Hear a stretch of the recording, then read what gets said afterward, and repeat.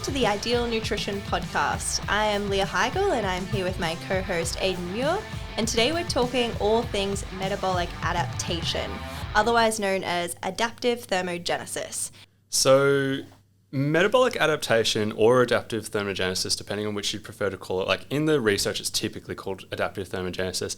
I prefer to call it metabolic adaptation because it seems easier to understand that way.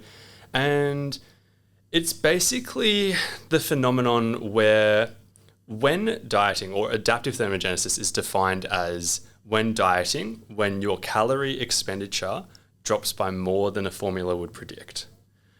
Sometimes people specifically refer to it as when your metabolism drops by more than a formula would predict. I like the terminology metabolic adaptation because it makes it easy to understand that it goes in both directions. It isn't just something that happens while dieting, it actually happens in reverse, which leads us into a bit of a topic of like, what's the difference between metabolic adaptation and starvation mode? To jump straight to the chase, like I don't think starvation mode is a thing. It's a thing that's based on a grain of truth, but it isn't a thing by itself.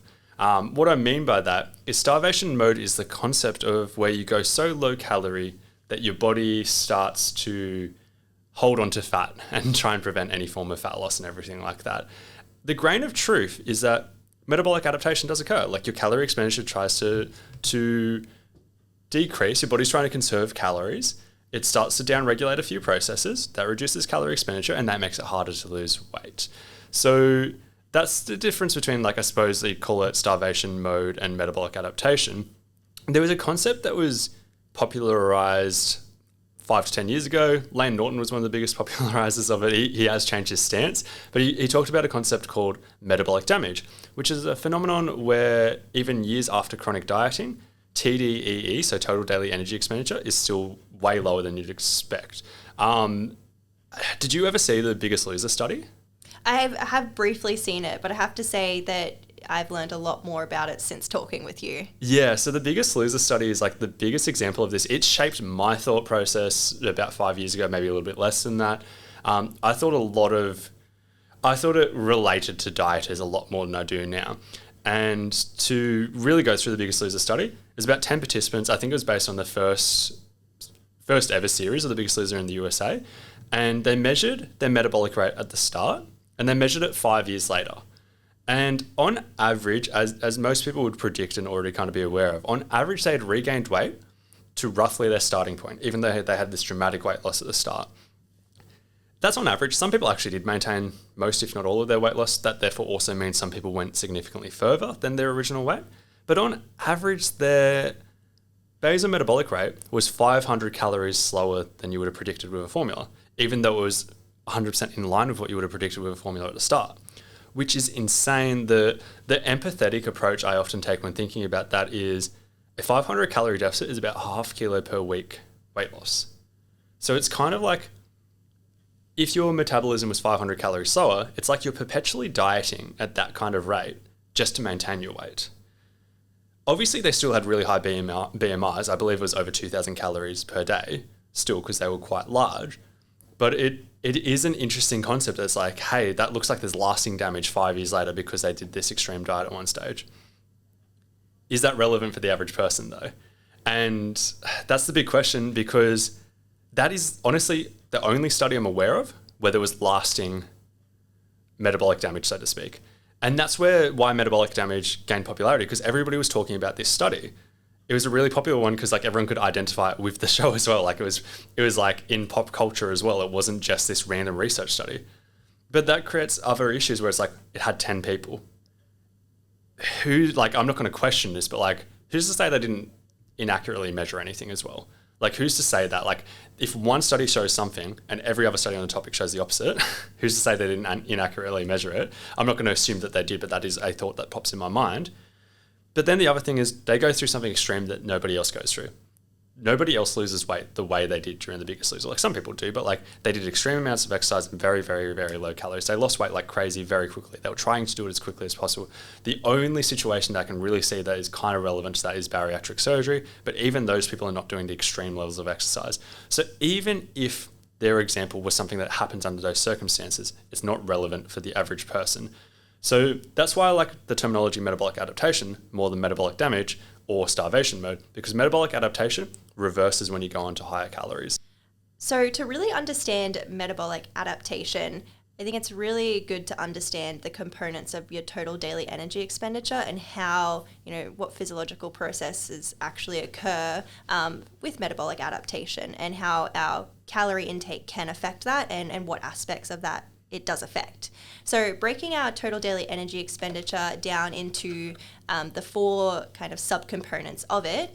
So you've got your largest user of energy, which is basal metabolic rate, which is basically the calories you burn at rest. So that's mainly influenced by your body weight, your body composition, and when we're talking about metabolic adaptation, we're mainly talking about the effect that your calorie intake has on your basal metabolic rate or your BMR, just in regards to energy availability in your total system.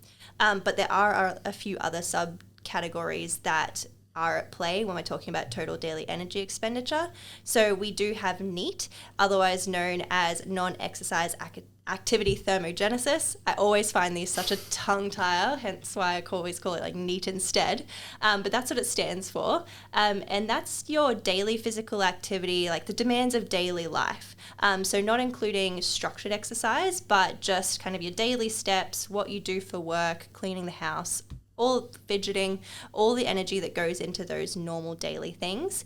But then you also have EAT or EAT, exercise activity thermogenesis, and that's your structured or your planned exercise and the energy that you burn doing those things. And that's affected by how often you're exercising, the intensity, duration, and modality of the exercise. And then lastly, we have the thermic effect of food. So that's basically the amount of calories that we burn by digesting and eating food.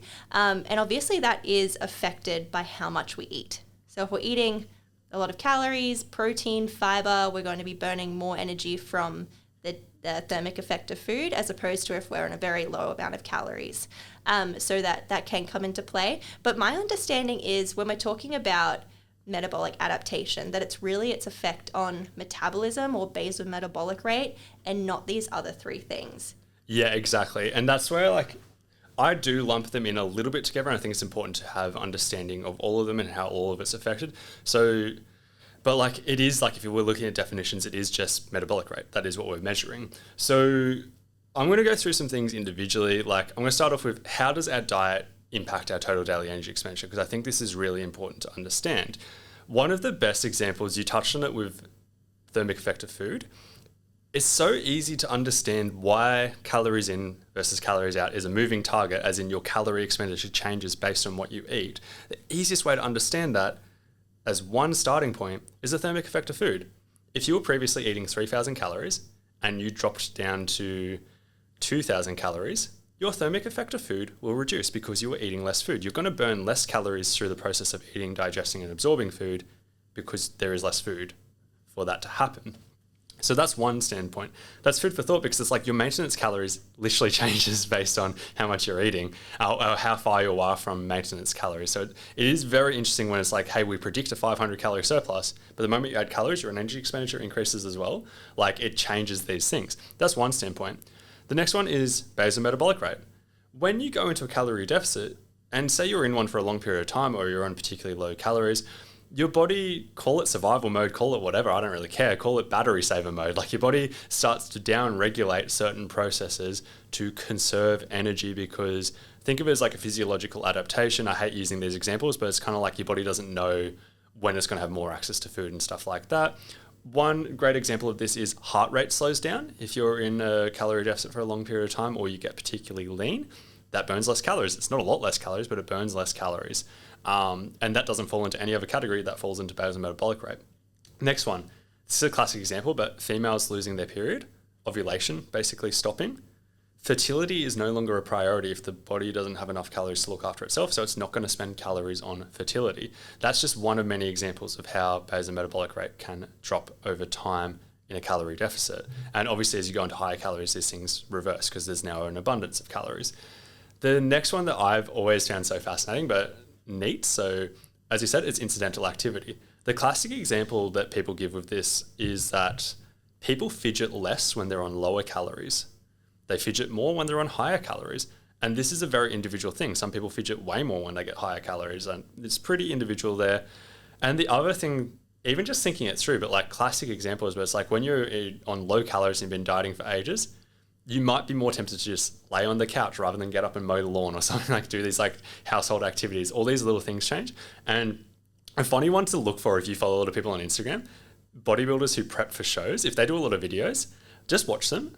They're less active in their videos. They move less, they talk slower, they blink slower. It's crazy. It's an actual phenomenon, and it actually significantly affects our calorie expenditure because it's all movement.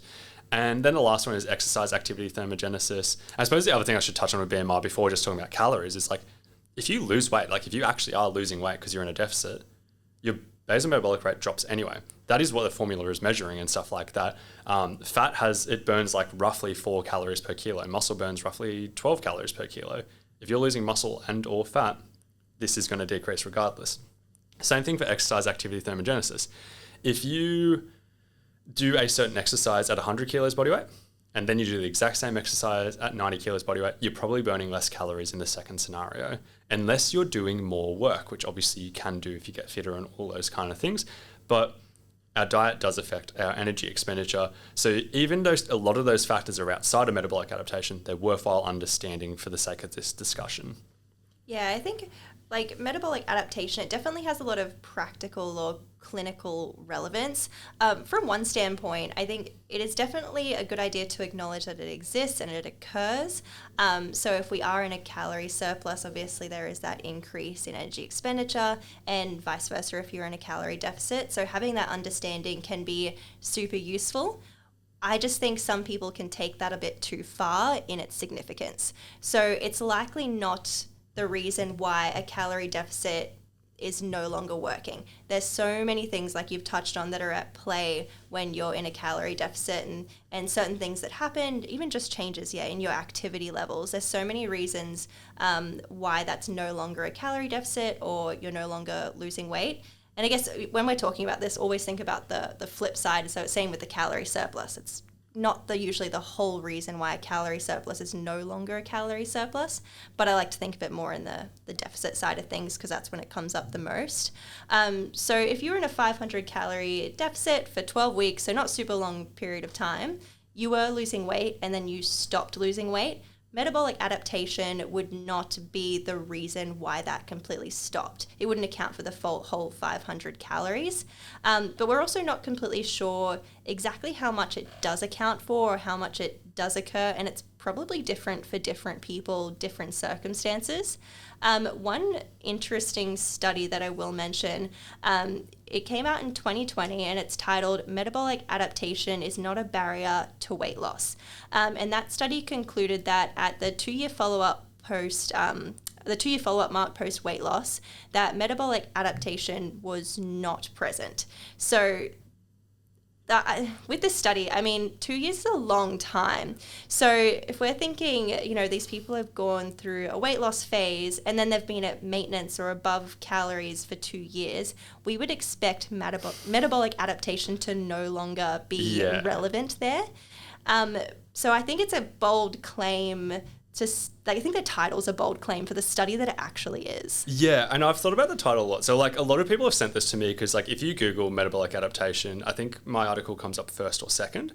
And a lot of people have like seen this study and then been like, oh, metabolic adaptation doesn't matter. And they've sent it to me because like, you write about metabolic adaptation, you think it prevents weight loss. And like, no, I don't. Like it actually it lines up with everything we think about metabolic adaptation. Like what did you just say before about like, you said metabolic adaptation is not going to stop you from losing weight. If you're in a 500 calorie deficit, maybe it's going to erase some of that deficit. But all the other factors are going to play a role in terms of energy expenditure decreasing for other reasons. And the fact that maybe you get hungrier, maybe you change habits, maybe there's a lot of other explanations that are far more likely. But then exactly what I said, like your energy expenditure, it will go the other direction when you're eating more calories. 2 years is a long time. Like we expect that to happen. The other thing in the study that is the real point that a lot of people point out is that they're like, oh, it's not a major barrier to weight loss because in the abstract, they mentioned that they measured metabolic adaptation directly post-diet. When you read the study, they measured metabolic adaptation 4 weeks post-diet. They'd been at maintenance calories for 4 weeks. And we know from some research, Jackson Pios, for example, did a diet break study where they did diet breaks for 1 week over a 4-week period. They'd do 1 week diet break, 3 more weeks dieting, so on and so forth for 15 weeks. That wasn't enough to offset metabolic adaptation. There was no observed change there. The Matador study, which did 2 weeks on, 2 weeks off, 2 weeks on, 2 weeks off, looked like it offset metabolic adaptation, but we can't really tell because it was a free living study and they were just eating in the real world. Like, it's hard to tell in that kind of scenario. Maybe they're just stricter on their diet, really. Like, it's hard to say.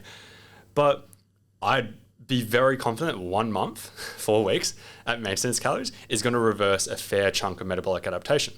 The difference that they measured was a 50 calorie difference in energy expenditure, or actually in basal metabolic rate. So it was a 50 calorie reduction in basal metabolic rate. As I said, there's other factors like NEAT is reduced and stuff like that. Like, that's beyond that. That could add on to the 50 calories as well. It could be even higher than that. You talked about individual variation. There were some people who there was no difference in metabolic adaptation at that stage. There were some people who had over 100 calories different, but that's after 4 weeks. I would make the assumption that there's more than a 200 calorie difference at some stage. Like, if they measured it after a short washout period of like a couple of days at maintenance calories post-diet, I'd assume that there was a larger difference there. It's safe to say that. But like, let's call it 200 calories. That still comes back to the same question that we were just talking about, being like, it's not going to offset a 500 calorie deficit. Like, no. That's not the reason why people stop losing weight. It's just to be aware of that 4 weeks probably offsets quite a bit of this, and that study could look a little bit misleading because they measured it 4 weeks later, not directly post-diet. It would have been really interesting if they did measure that during the diet and directly post-diet. So I completely agree that it's a little bit misleading, particularly with their title, because we just wouldn't expect there to be a huge difference in metabolism, after 4 weeks at maintenance, let alone 2 years. We definitely expect things to kind of return to normal by that time. I think practically, like, if we are seeing this metabolic adaptation, which like you said, like you would see some after 12 or so weeks of dieting, and it probably is not the most significant factor in cutting a calorie deficit, but it's probably a factor. So I think the idea of diet breaks, when we're thinking about clinical relevance, I love utilizing diet breaks with my clients. Diet breaks have been shown to reverse some of that metabolic adaptation. I personally use 2, like a diet break of 2 weeks. Yeah. How long do you tend to do for? I do 2 to 4 weeks, but it really, like, 2 is more common. Yeah. 4 is more if it's like, hey, let's take a legitimate just gap for maintenance calories if we want to do something longer. But 2 is my standard. Like, I like 8 weeks on, 2 weeks off, but sometimes I'll let people run for like 12 weeks and then put it in then. Yeah, and outside of metabolic adaptation, there's also other benefits of diet breaks, which we have talked about. So psychologically, it's good to have a break from dieting. If you're taking a 2-week break every 8 to 12 weeks, doing that weight loss in chunks, psychologically, I think that's a lot easier. And then there's the impact on hunger. Yeah, and like, even with the metabolic adaptation, I'm always scared now saying, that diet breaks are offsetting it, because like, Jackson Pios, he has concluded very strongly, he's like, diet breaks don't offset metabolic adaptation. Like, he's just saying it in that terminology, and like, he's smarter than me. Like, he said his ATAR once, so like, he had like a 99 ATAR, and I'm like, Jesus, and like, there's been times like, I have thought stuff, and then he said the opposite of what I thought, and then he turned out to be right, and I'm like, God damn, okay. But like, my thought process with metabolic adaptation is, it's like, I'm sure we can all agree that if metabolic adaptation is a real phenomenon, which has been measured, like, we can agree that it exists, we also know that going to higher calories offsets it. This is also why reverse dieting works and stuff like that. Like, it just slowly reverses metabolic adaptation. We know that at some time point, higher calories offsets it. The question is, how long does it take? This study to show that 4 weeks later, like, metabolic adaptation was pretty much non-existent. And obviously 1 year later, it did not exist. And 2 years later, it did not exist. We know there is a time frame. Jackson's study showed that 1 week later, it didn't make any difference. Yeah. Maybe it takes longer. Maybe it takes 2 weeks. We just don't have the evidence to show the 2 weeks, because, as I said, all these other studies aren't really that tightly controlled. They're not in athletes. There's like a whole bunch of things to factor in. I think 2 weeks would reverse some of it. That's my practical interpretation. enough of it likely. I think so. But I'm always cautious saying that because we do have that study that shows that it didn't when it was only 1 week. After a week. Yeah, and I'm sure it depends on the size of the calorie deficit and the person and so many other factors. But if you're putting people on diet breaks for a month at a time quite consistently, that's going to be pretty slow progress. And considering like we're saying that metabolic adaptation is likely not the main factor while someone is struggling to lose weight, then, you know, maybe that's not our main focus. Maybe they're struggling to lose weight because they're having extra snacks because they're really hungry. And we know the diet break at least offsets the hunger. Yeah, and like let's actually talk through that a little bit more. Like Jackson's study, that was the thing that he found. Like there was this chart that I show almost all my clients now. Like there's a chart from this study that basically showed that if you diet and you actually stick in the calorie deficit, so you actually are losing weight almost every week, for 12 weeks, hunger and desire to eat dramatically increases. I think everyone needs to know that. Like obviously there's individual variation, but think that through because like I have a lot of clients who like 4 weeks in are saying stuff to me like, I don't get hungry anymore and like I don't crave sugar anymore and like they're saying things like that as if that's what they expect to be happening. As in it's almost like they're telling themselves that. But we have the data showing that in 12 weeks, the opposite's happening. Like people probably are dramatically up-regulating their cravings and stuff like that for food and everything like that. Doesn't mean everybody will, but it seems to be that's the average. And his study showed that the group that did 15 weeks of dieting, but they had those 3 diet breaks spread throughout, so they did the same total time in the calorie deficit, their hunger and desire to eat barely increased over the entire study, over that entire 15 weeks. And it's like, theoretically, that could make dieting dramatically easier for a lot of people. Yeah, so even if, let's say, metabolic adaptation doesn't move the needle in terms of a calorie deficit, we at least know diet breaks are useful for other things. Yep. And, you know, potentially having 2-week diet breaks periodically, maybe it does also help with metabolic adaptation. So yeah, I do them. Yeah, 100%. And I suppose the last thing, like it just popped into my mind, but it's kind of like, metabolic adaptation, what if you came from a calorie surplus? What if you came from a large calorie surplus that like, say, like I have some of my powerlifters who like 8-month long slow bulks, but like they're in a calorie surplus for like 8 months. Maybe they do a mini cut, maybe they don't. That's 8 months in a calorie surplus, very far adapted the other direction. And then at the end of their cutting phase, the difference in metabolic adaptation is probably larger than any of these studies make out as well. Yeah, and I think when we're talking about metabolic adaptation from the perspective of a calorie surplus, like usually your calorie surplus is a lot smaller than the calorie deficit you'd use to lose weight. So I suppose if we're thinking, you know, the metabolism is upregulated when you're in a calorie surplus, I don't know, I always think about maybe it does have a bigger effect there than in a calorie deficit even, at least for some people. Yeah, and I'm also thinking durations as well because you're often in it for such a long time too. Yeah, totally. This has been episode 13 of the Ideal Nutrition podcast. We hope you've enjoyed listening so far, but we do always appreciate feedback, so let us know what you've been thinking. Other than that, we hope you enjoyed this podcast and we'll be back next week.